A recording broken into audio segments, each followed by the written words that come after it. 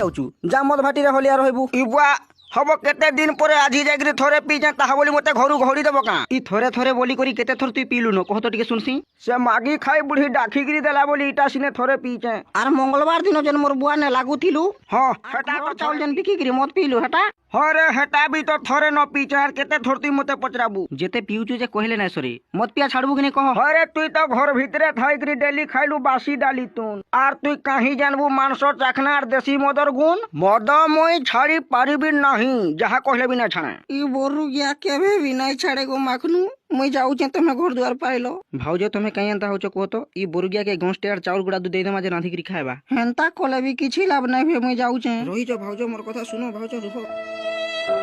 हां वो तोर बहु सते पलाला का पोलाले जे इथरो निजे भात रांधी करी खाएबो सोर पाइबो ये बुआ का हला जे कांदु चु तुई कह तोरे मां